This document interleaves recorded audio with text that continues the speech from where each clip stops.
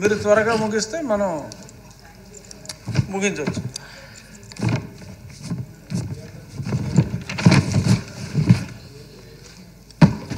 ధన్యవాదాలు అధ్యక్ష. అధ్యక్ష, 2014-19లో ఆ రోజు చంద్రబాబు నాయుడు గారు నదులు అనుసంధానం చేయాలని, పోలవరం ప్రాజెక్టు పూర్తి చేయాలని, ఆ విధంగా రాష్ట్రాన్ని సస్యశ్యామలం చేయాలని ఒక అకుంఠిత దీక్షతో ఆనాడు చంద్రబాబు గారు ముందుకెళ్లారు అధ్యక్ష. 2014-19 మధ్య 68,000 కోట్లు ఖర్చు పెట్టారు అధ్యక్ష 5 సంవత్సరాల్లో. అంటే మొత్తం బడ్జెట్ 7 లక్షలు ఉంటే అందులో 68,000 కోట్లు ప్రాజెక్టు మీద ఖర్చు పెట్టడం జరిగింది అధ్యక్ష. అంటే 10.3% ప్రాజెక్టుల మీద ఖర్చు పెట్టడం జరిగింది అధ్యక్ష చంద్రబాబు నాయుడు గారు. అంటే ఆ రోజు ప్రభుత్వానికి ఉన్నటువంటి చిత్తశుద్ధి, అలాగే సాగునీటి ప్రాజెక్టులన్నీ పూర్తి చేస్తే మరి నీళ్ళు ఇవ్వచ్చు, రాష్ట్ర రైతన్నల సంపద పెంచవచ్చు, దిగుబడులు పెంచవచ్చు అనే లక్ష్యంతో ప్రభుత్వం ముందుకెళ్ళింది అధ్యక్ష.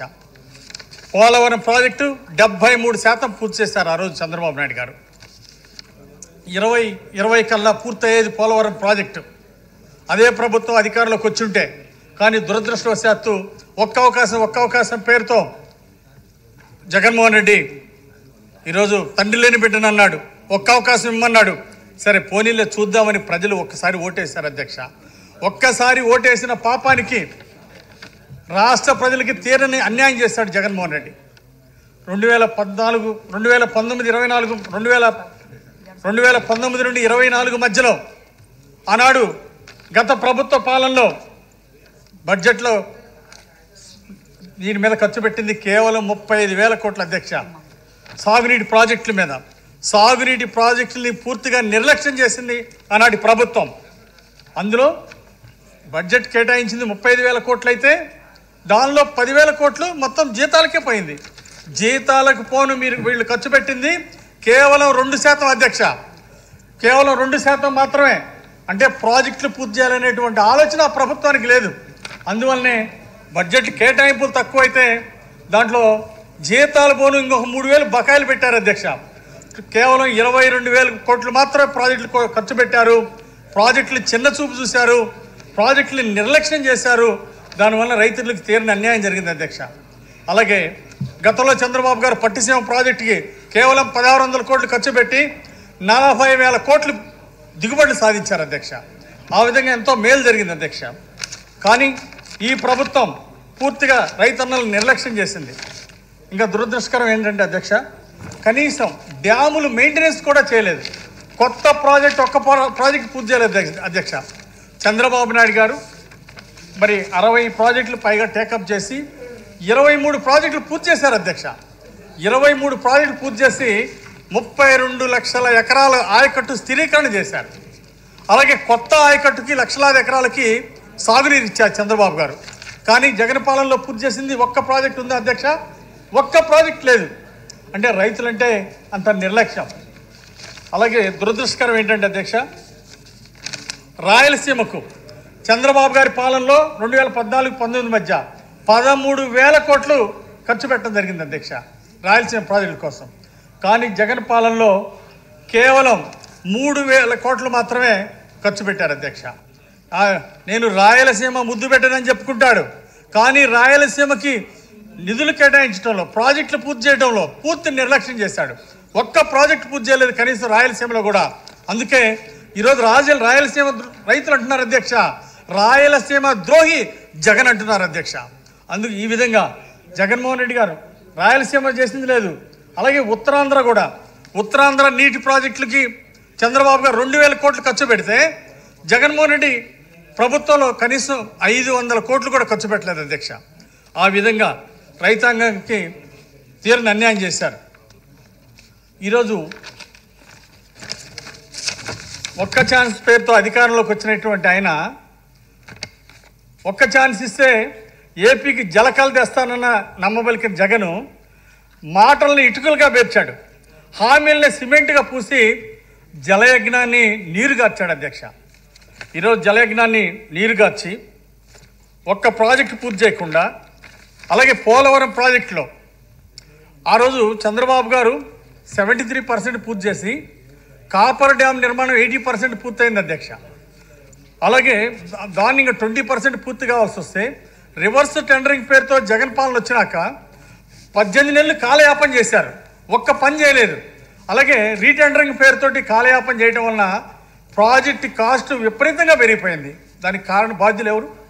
అలాగే 2 సార్లు వరదలు వచ్చినందువలన ఆ డ్యామ్ పూర్తిగా 20% మిగిలి ఉన్నందువలన అక్కడ నీళ్ళు వెళ్ళి వరదలు వచ్చినప్పుడు ఆ డ్యామ్ అంతా కొంత దెబ్బతింది అధ్యక్ష. దానివలన చాలా నష్టపోయాం. ఈరోజు ఆ డ్యామ్ పూర్తి చేయడానికి ఖర్చు పెరిగింది. పోలవరం డ్యామ్ పూర్తి చేయడానికి దానికి బాధ్యులు ఎవరు అధ్యక్ష? మరి గత పాలకులు చేసినటువంటి తప్పుకి ఈరోజు రైతులు మూల్యం చెల్లించారు, ప్రజలు మూల్యం చెల్లించారు. ఈరోజు కేవలం ఆ డ్యామ్ కట్టడం కోసం ఈరోజు 3000 కోట్లు ఖర్చు అవుతుంది అధ్యక్ష. కొత్తగా 1000 కోట్లు ఆ డ్యామ్ కట్టడానికి, కాపర్ డ్యామ్ పక్కన ఉన్నటువంటి డ్యాముని కట్టడానికి 1000 కోట్లు ఖర్చు అవుతుంది అధ్యక్ష. అదనంగా పెరిగిన భారం 2000 కోట్లు అధ్యక్ష. ఆ విధంగా అలాగే సమయం పోలవరం ప్రాజెక్ట్ పూర్తి చేయడానికి మళ్ళీ సమయం పెరిగింది అధ్యక్ష. చంద్రబాబు గారి పాలన ఉంటే 2020 కల్లా పూర్తి ఉండేది అధ్యక్ష. అలాగే కనీసం 1,00,000 కోట్ల పైన దిగుబడులు వచ్చాయి అధ్యక్ష రైతులకి. ఈరోజు రైతులు నష్టపోయారు. అలాగే కరెంటు ఉత్పాదన ఆగిపోయింది. దీనికి అన్నిటి కారణం గత ప్రభుత్వం వైఫల్యం వల్లనే ఈ విధంగా నష్టపోయింది అధ్యక్ష. అట్లాగే ఆనకట్టలు నిర్వహణలో పూర్తి నిర్లక్ష్యం చేశారు అధ్యక్ష. కొత్తగా ఆనకట్ట కట్టింది ఒక్కట్లేదు, కనీసం పాత ఆనకట్టలు ఉన్న వాటిని మెయింటెనెన్స్ కూడా లేదు అధ్యక్ష. కనీసం ఎప్పుడన్నా గ్రీజ్ పెట్టారు అధ్యక్ష? వీళ్ళు గ్రీజ్ పెట్టలేదు. కనీసం చైన్ ఏదైనా రిపేర్ వస్తే కూడా గేట్లు లేపేదానికి దాన్ని కూడా పట్టుకోవాలి. కనీసం బోర్డులు బిగించాల్సి వస్తే బోర్డులు కూడా పట్టించుకోలేదు అధ్యక్ష. మేము పులిచింతల డ్యామ్కి వెళ్ళి చూసాం అధ్యక్ష. అక్కడ లీకేజ్ అవుతుంటే కనీసం ఆ లీకేజీలు కూడా మరమ్మతులు కూడా పట్టించుకోలేదు అధ్యక్ష. అంత అధ్వాన పరిస్థితిలో డ్యాములంటే నిర్లక్ష్యం, రైతులంటే నిర్లక్ష్యం ఆ రోజు పాలకులకి. గేట్ కూడా వెళ్ళిపోయింది కదా.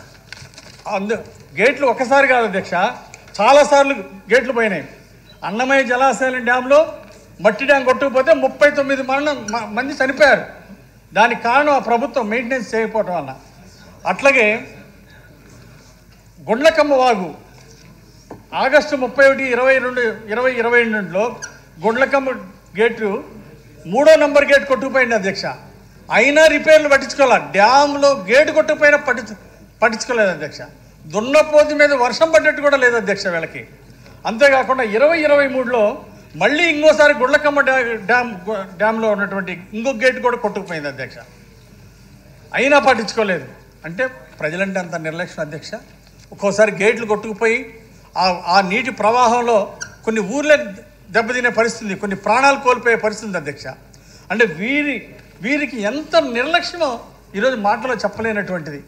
గేట్లు కొట్టుకుపోయినా పట్టించుకోలేనటువంటి దుస్థితి ఆ రోజు ఆ వైసీపీ పాలనలో, గత పాలనలో. అలాగే వెలుగొండ ప్రాజెక్టు ఓపెన్ చేసామన్నారు అధ్యక్ష. మొన్న ఇంకా మేము దిగిపోతున్నామనే దీంతో అది కూడా ఓపెన్ చేద్దామని ఓపెన్ చేశారు అధ్యక్ష. ఓపెన్ చేసి పనులు పూర్తి కాకుండా ఓపెన్ చేయడం ఎలా చేస్తారు అధ్యక్ష? ప్రారంభిస్తారు. ఆ డ్యాము ప్రారంభించారు. తీరా ఇప్పుడు మాట్లాడుతున్నాడు ఈరోజు ప్రతిపక్ష ఎమ్మెల్యే 3000 కోట్లు కేటాయించాలి వెలుగొండ ప్రాజెక్టు పూర్తి చేయాలంటే అంటున్నాడు. అంటే మరి పూర్తయినట్టు ఎలా ప్రారంభించారు ఆ రోజు?